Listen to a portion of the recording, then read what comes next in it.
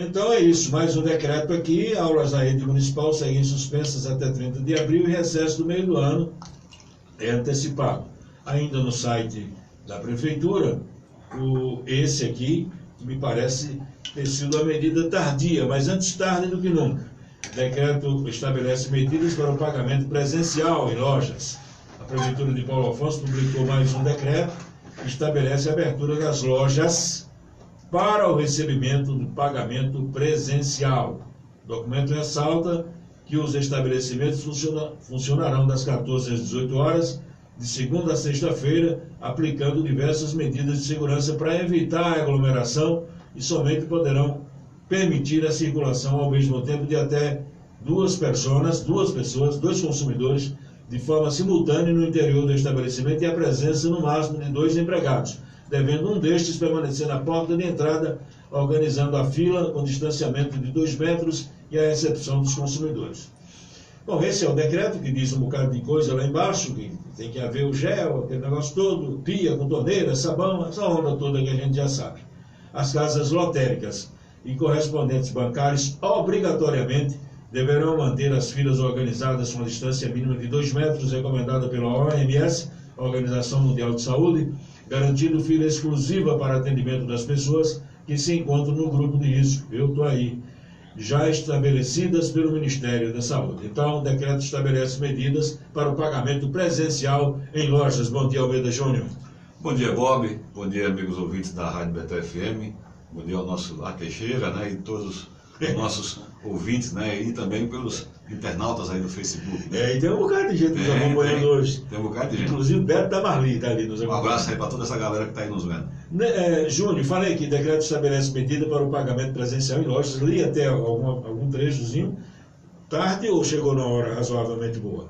Veja, Bob, existem 2 lados nessa história, né? Uhum. O primeiro lado é que, felizmente, até agora, Paulo Afonso não tem nenhum caso confirmado do Covid-19 e, por conta disso, nos dá uma certa tranquilidade, depois de 24 dias de quarentena, de que a gente tem a possibilidade de flexibilizar algumas das atividades, até porque o mundo não pode se acabar nem parar todo de uma vez, apesar de que Raul Seixas dizia que o mundo ia parar um dia, né?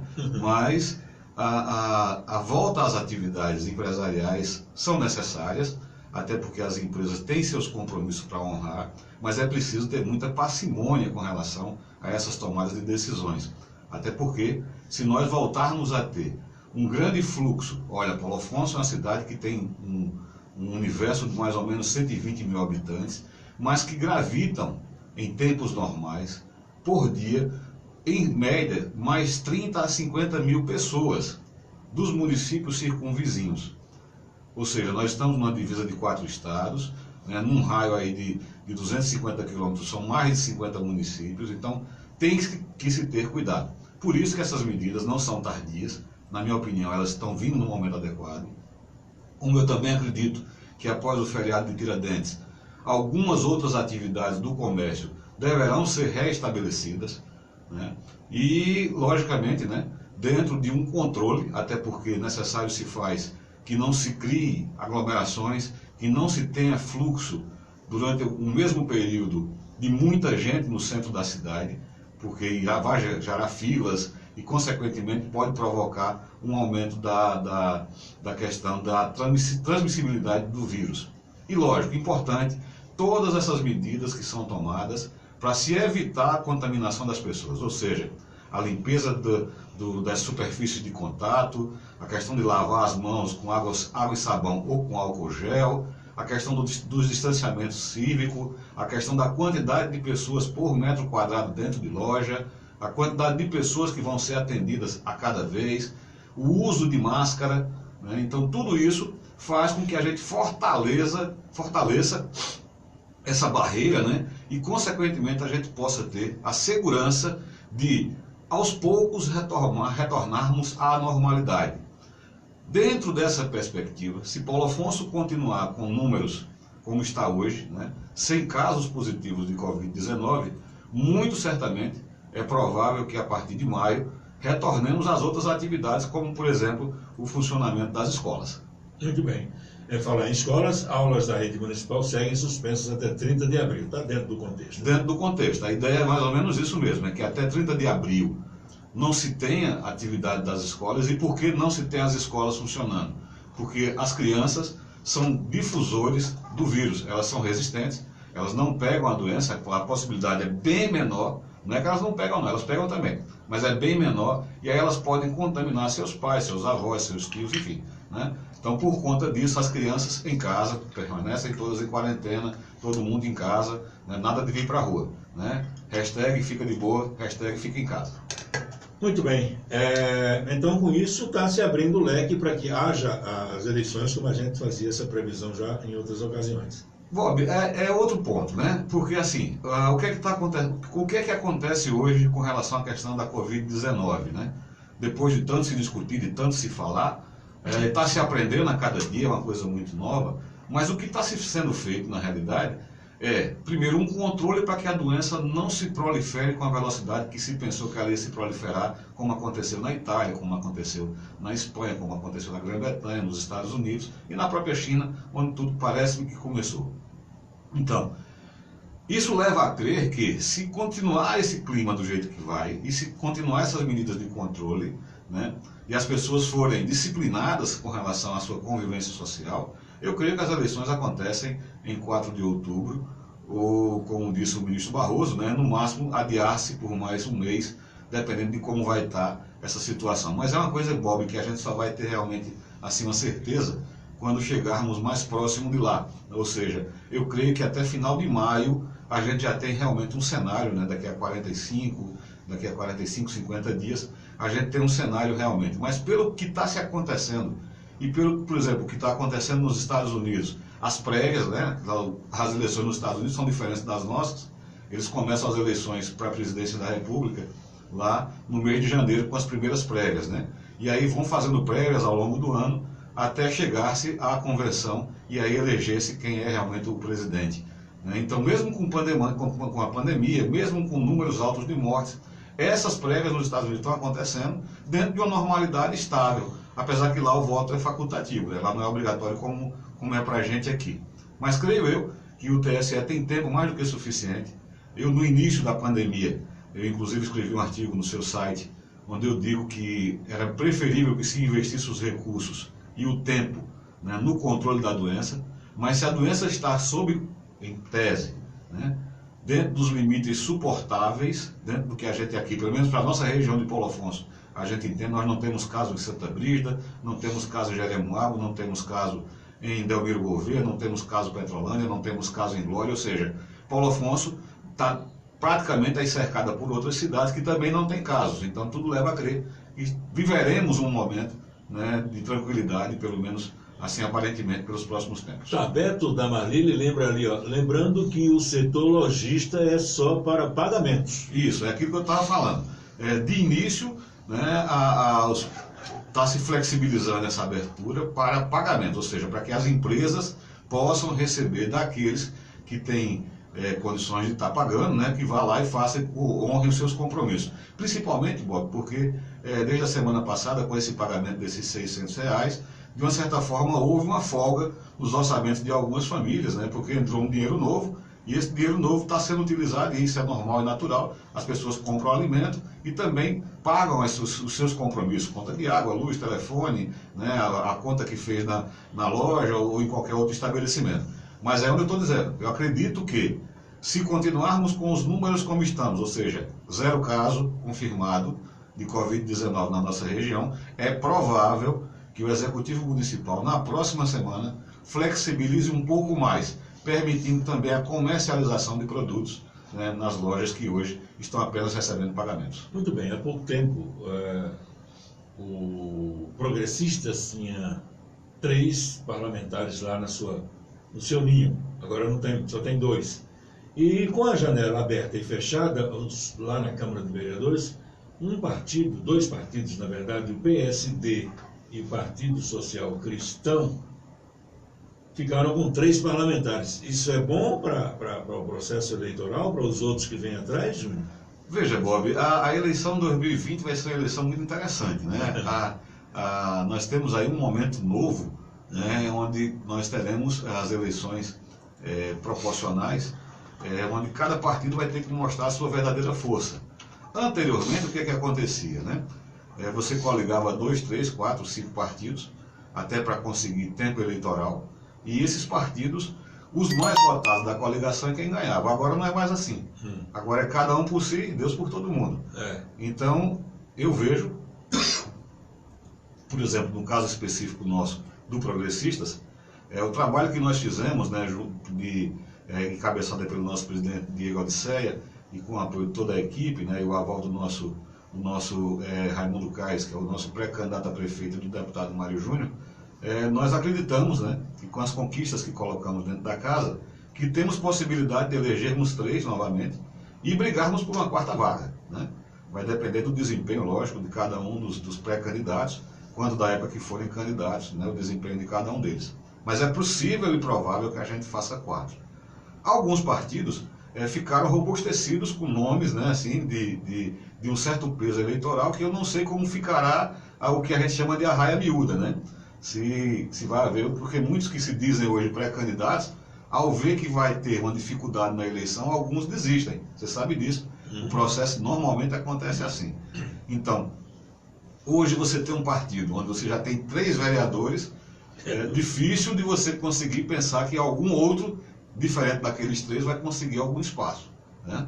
A não ser que se tenha uma quantidade de votos realmente muito significativa, que a gente não sabe ainda como é que vai funcionar. Mas assim, na minha opinião, né, eu particularmente não participaria de um processo de embate com 3 candidatos vereadores de mandato, porque quando você já tem mandato, você tem uma facilidade, você já tem um gabinete, você já tem uma assessoria, você tem uma verba parlamentar, você tem seu subsídio todos os meses, então o grau de competitividade é muito maior do que quem está fora da vaga na Câmara. Muito bem. Qual a possibilidade de renovação na Câmara? 20%, 30%? Eu creio assim? Que mais, Bob. Mais. Eu creio que mais. Olha, eu tenho andado, apesar dos tempos de pandemia, a gente tem, de qualquer sorte, feito visitas, só que hoje virtuais, né? Conversando muito com as pessoas através das ferramentas hoje de comunicação, como, por exemplo, através de Facebook, através de WhatsApp, né? Enfim, usando essas ferramentas digitais que estão à nossa disposição hoje.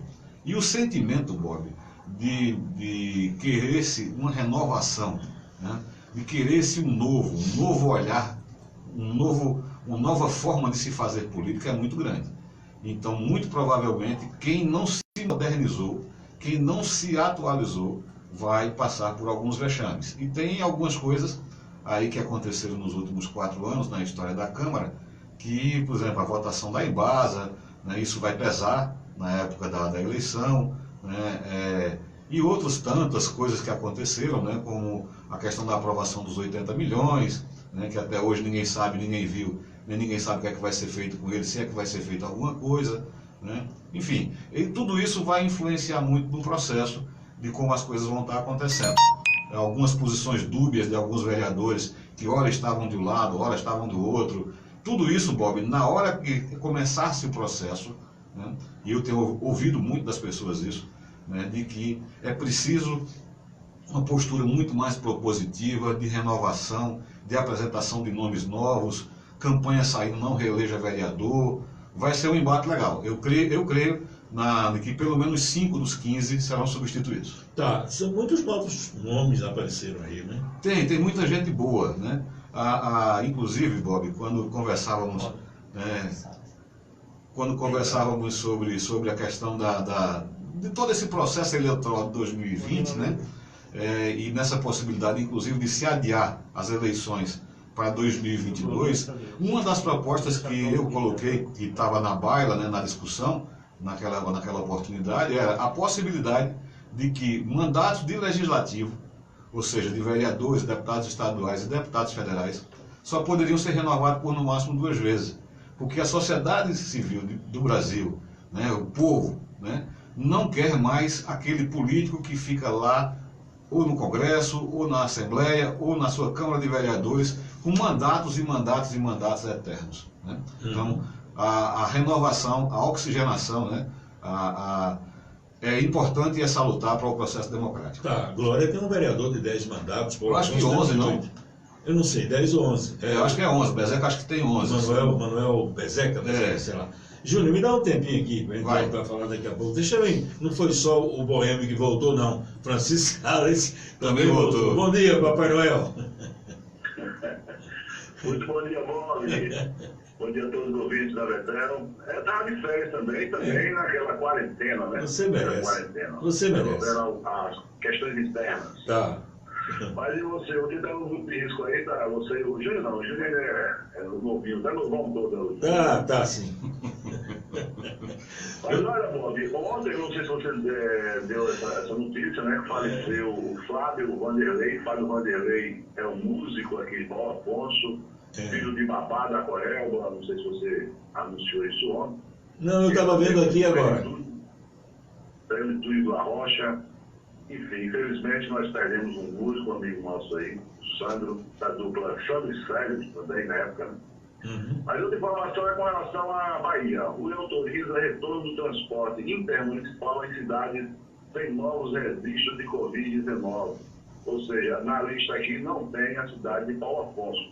Apesar que não tem nenhum caso, o próprio Almeida Júnior está comentando aí, não teve nenhum caso registrado em Paulo Afonso, apenas algumas suspeitas, né? Mas, mesmo assim, Paulo Afonso não entrou nessa lista do RUI.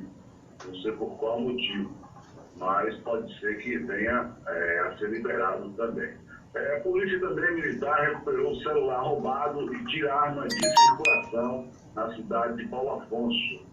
Informação também da cidade de Glória. Um programa semear vem para beneficiar mais de 800 famílias. Enquanto isso, o prefeito lá de Glória está trabalhando, né? Especificamente em alguns locais que não pode ter muita multidão, apenas os tratoristas para fazer esse trabalho. Não pode parar a economia, como diz o próprio Almeida Júnior nas suas palavras. Uma moto também foi recuperada, foi tomada de assalto de 2 mototaxistas e a polícia militar também recuperou. Muitos assaltos acontecendo na cidade, a gente percebe, então a polícia está atenta a isso. A gente precisa ter mais cuidado quando está com o celularzinho na mão, né? O pessoal que gosta de ficar com o celular exposto, mas depois de R$1.000, em uma crise dessa é muito fácil de levarem. Então tem que ter mais cuidado. Outra informação é com relação ao Dr. Luiz Neto, né? Luiz Neto repudia qualquer tipo de preconceito e sai em defesa do deputado Valmir Assunção. Valmir Assunção recentemente foi agredido, né, na rede social por ser negro, né, de uma forma racista, inclusive está no nosso site. Nosso site, inclusive, está atendendo pelo endereço jornal região em destaque.net. Nós cancelamos o JR em destaque, vamos ficar com o jornal região em destaque.net e posteriormente vamos trabalhar para a mudança do nome para Francisco Salles, né, que é o nosso nome, e vai ficar com esse nome muito em breve. Deixa eu passar essa pandemia aí que a gente vai resolver essa questão. Ok, Bob? Então é só para esquentar o fôlego, esquentar as notícias, mas a gente vai voltar amanhã, né, com muitas notícias novas, muitas informações. Vamos circular na cidade, vamos fazer um apanhado aí do que está acontecendo, para a gente amanhã trazer mais informações com mais riquezas e detalhes. Ok, Bob? Ok, obrigado, Papai Noel, pelas informações. O Gil Leal está dizendo ali, a prefeitura hoje é um leilão dos vereadores, é isso? Apesar da distância, eu estou vendo. O Gil Leal está dizendo. Bom dia para o nosso Gil Leal, que também está nos vendo aqui.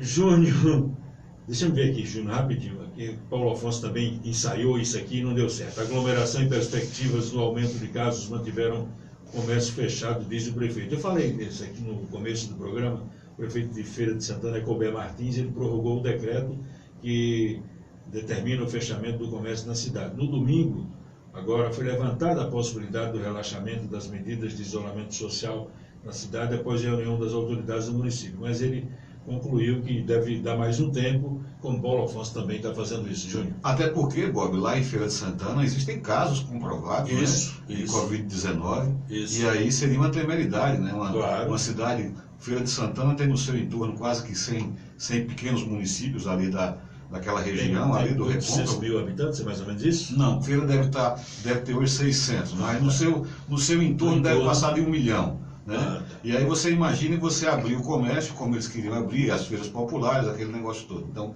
eu acho que a receita tem que ser com muita parcimônia. A gente não pode, né, matar a economia, mas também não podemos deixar de salvar pessoas. Importante se faz de que a gente tenha, né, assim, um passo a passo das coisas acontecendo simultaneamente.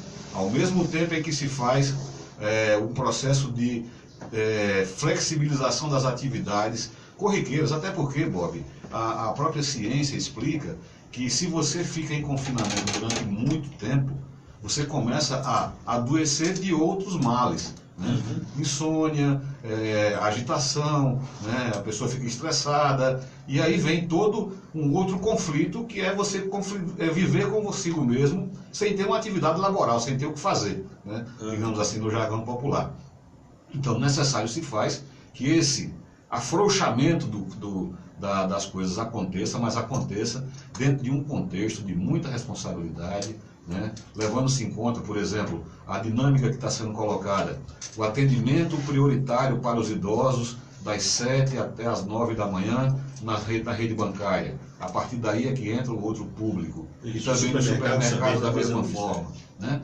O comércio vai funcionar num horário diferente do horário do banco, ou seja, depois que o banco fechar, é que o comércio começa a funcionar. Então, são coisas que você vai fazendo, né, com que a dinâmica da vida social, da vida econômica, da vida do município como um todo, ela volte à sua mais ou menos normalidade, mas sem você ter aglomerações. É importante o uso da máscara, é importante as medidas sanitizantes, né, tanto dos ambientes quanto das pessoas. É importante de que haja o revezamento. Em alguns locais, Bob, tem se usado mais ou menos a seguinte tática, né?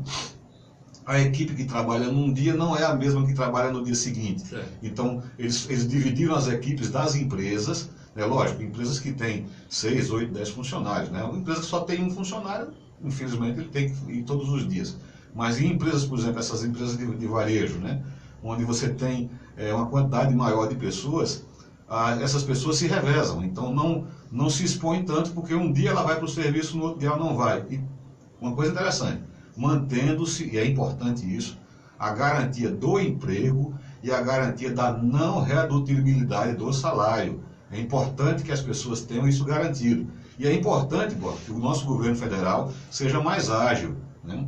Foi prometido uma série de ações, algumas já estão acontecendo, como, por exemplo, o pagamento dos R$600, né, a quem é microempreendedor individual, a quem está no CAD único, aos que se cadastraram, né, no programa do governo, mas ainda, Bob, não chegaram para as micro e pequenas empresas, não chegaram ainda para o varejo, não chegaram ainda para as pequenas indústrias, as linhas de crédito que foram divulgadas que iriam acontecer e que até hoje não chegaram como reforço de caixa para que as empresas consigam sobreviver, manter suas obrigações em dia em momentos em que ninguém vai vender quase nada.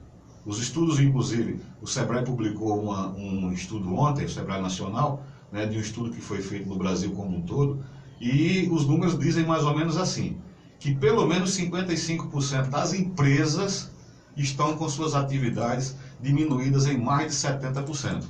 E tem pelo menos em torno de 7% de empresas que já quebraram, já fecharam, né? Porque não tiveram sustentabilidade de como se manter nesses 20 e poucos dias de quarentena. Então, importante que a gente tenha a flexibilização, mas ao mesmo tempo com muita responsabilidade, e que as medidas complementares sejam tomadas pelo governo. Tá, deixa eu mandar um alô ali, passou ali, o primeiro plano foi Mário Santos, depois teve a Mônica Alcântara no Jardim Bahia, e ali no terceiro plano o Ismaías Araújo Reis, que deve ser pré-candidato a vereador também. Com certeza deve estar indo aí para mais uma eleição. Mas você falou que algumas coisas estão tendo dificuldades, algumas coisas não chegaram, mas e as baronesas?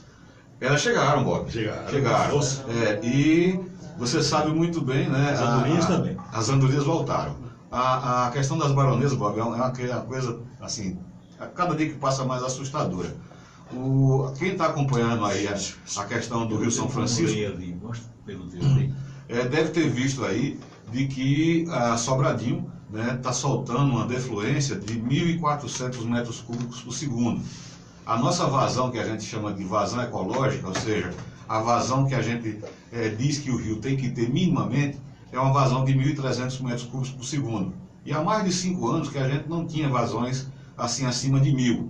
Resultado, com o aumento da vazão, algumas coisas muito interessantes aconteceram. Por exemplo, né, o rio voltou a ter a sua pujança e voltou, né, a correr com um volume de água bem significativo. E muito provavelmente daqui a uma semana, 10 dias, nós vamos estar recebendo águas barrentas aí na barragem de Itaparica. Detalhe, além de água nova que está chegando, vindo lá de Sobradinho, está vindo muita baronesa, Bob. Porque toda a baronesa que estava acumulada às margens de Petrolina, às margens de Juazeiro, às margens de Curaçá e das demais cidades ribeirinhas, Cabrogró, Belém do São Francisco, toda essa baronesa, com o rio enchendo, né, e o reservatório de Itaparica certamente está recebendo essa água todinha de Sobradinho, vai ter um aumento em termos da sua capacidade de armazenamento. Essa baronesa vai se desprender, Bob, e vai prejudicar o município de Petrolândia e também o município de Glória, né, que é onde fica a barragem de Itaparica, na Luiz Gonzaga, devido a esses dois municípios. Então, além de problemas com baronesas no Lago de Mochotó e aqui na nossa prainha, né, que a prainha não é mais prainha, a prainha agora é baronesa, né? Eu passei, esse final de semana eu tive que sair para fazer um atendimento e a baronesa está chegando quase que na ponte que divide o dique do lado de cá com o dique do lado de lá que vai para o BTN. Né? Então é uma quantidade absurda de baronesa. E vai descer muito mais aí, porque está vindo essa baronesa de Sobradinho, né, lá de cima, lá do rio, né, da parte mais alta do submédio de São Francisco, e tudo isso vai se acumular de novo, né, na parte do reservatório de Itaparica, que é Glória, do lado direito do rio, né, e Petrolândia, do lado esquerdo do rio. Mais problema, Bob, com essas baronesas. Tá, Júnior, você sabe se fechou alguma loja aqui?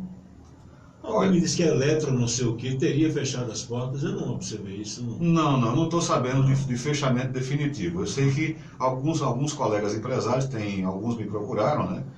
Até porque, assim, alguns deles, né, me veem ainda como uma esperança de termos na Câmara uma representação empresarial, Bob.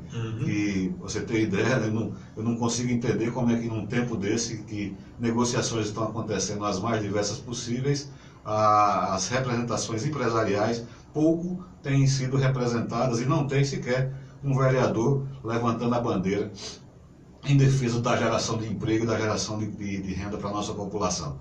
E alguns me ligaram, né, perguntando se eu estava participando do processo. Eu disse que infelizmente não, eu não tenho um mandato, né, como cidadão eu estou disposto a participar quando convidado sou e participo, né, ativamente dos grupos aos quais sou convidado, mas assim, nós não temos ainda uma real noção de quem realmente vai voltar às atividades normais ou não. Os dados que nós temos são dados genéricos, né, de uma pesquisa do Sebrae, né, como eu te falei, que 7% das empresas já não vão abrir mais quando acabar o período desse fechamento das atividades empresariais. Isso em Paulo Afonso, Bob, significaria algo próximo aí de 140 empresas que não abririam as portas por não terem mais condições de funcionabilidade. Bom, Júnior, o nosso Gil Leal centralizou sua metralhadora giratória aqui. Ele disse: Bob, veja que se os vereadores são fiscais, ele disse, olha um absurdo. Todos os trabalhadores sacrificados e o prefeito do município dá emprego ao filho do deputado, R$12.000, filha de Janinho, e a irmã de Guiarone. Cadê os vereadores, os fiscais do povo? Todos calados. Bob, olha, veja, na realidade existe já uma cultura, né? Uma cultura que, na minha opinião, está errada, né? Que é um erro de gestão, né?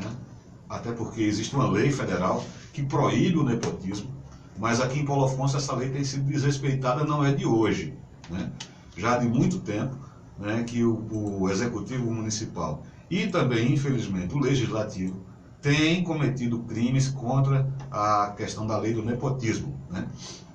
Com nomeações de parentes, de aderentes e tantos outros encargos.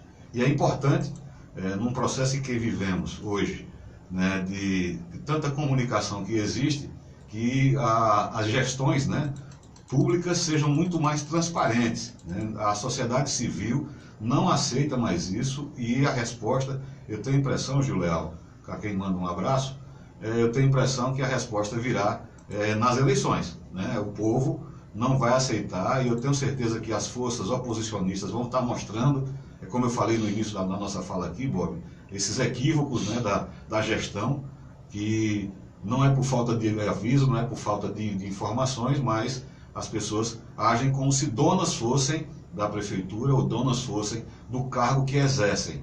E é importante que as pessoas entendam que os cargos passam. Ninguém é dono de nada, né? Somos servidores a serviço da sociedade que nos delegou alguma missão dentro das atividades governamentais. Tá, deixa eu mandar um bom dia aqui e agradecer por estar nos acompanhando. A Jeane Neto, estimo que seja irmã do vereador Jeane Neto com 2 T's deve ser. Exatamente. Juliano, minha gente, nós estamos concluindo o programa de hoje também, falando a respeito da matéria do Francisco Salles aqui, onde ele diz que o governador Rui Costa, deixa eu ver se eu consigo chegar lá, a respeito do transporte intermunicipal, que em algumas cidades o governador já está autorizando esse retorno, em algumas cidades. Né? Só pegando um parêntese, para complementar a sua informação, são cidades que tinham sido inicialmente bloqueadas os transportes intermunicipais por ter caso de Covid-19, e como há mais de 14 dias essas cidades não têm casos novos, né, então o governador reautorizou de que as barreiras fossem quebradas e essas cidades tivessem de novo o acesso intermunicipal. Bom, Paulo Afonso, me parece que o governo está agindo corretamente, na capital do estado também.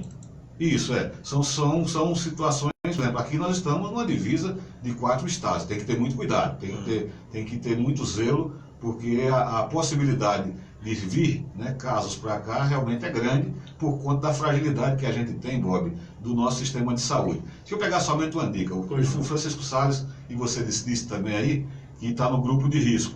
Eu também faço parte do grupo de risco, porque sou obeso, né, cirurgiado, fiz cirurgia bariátrica e tenho problemas de hipertensão, do qual tomo meu remédio todo dia de manhã. Mas nem por isso a gente deixa de fazer as coisas, né? Deixa de estar presente, colaborando e contribuindo com o processo. A semana passada o governo federal abriu um programa específico, né, de solidariedade, onde profissionais de 14 categorias, né, foram inscritos, né, nesse programa, para que, se houver necessidade, trabalharem prestando serviço. A minha profissão de médico veterinário também foi inclusa. O nosso Conselho Federal de Medicina Veterinária inscreveu 155 mil médicos veterinários à disposição do Ministério da Saúde para, se necessário for, nós agirmos nas ações complementares às das equipes médicas. Tá, você disse que está tomando o seu remedinho e eu também. Francisco Salles também. Estamos concluindo o programa de hoje. Foi bastante animado, participação aberta ali, inclusive do Gil Leal. Muito bem. Então, muito obrigado a todos. Júnior, obrigado pela presença. Eu que lhe agradeço, Bob. Agradecer a audiência, né, tanto no Facebook quanto aqui nas ondas da rádio, né, agradecer a esse espaço. E terça-feira estaremos aqui de novo. Muito bem. Então, nós estamos concluindo o programa de hoje, 9 horas e 5 minutos, trabalhos técnicos do A. Teixeira, e com a supervisão geral do pastor João Neto, agora pré-candidato a vereador também. Estamos concluindo o programa de hoje. Obrigado a todos. Continuem com a Betel, nós voltaremos amanhã. Está na hora de ir embora.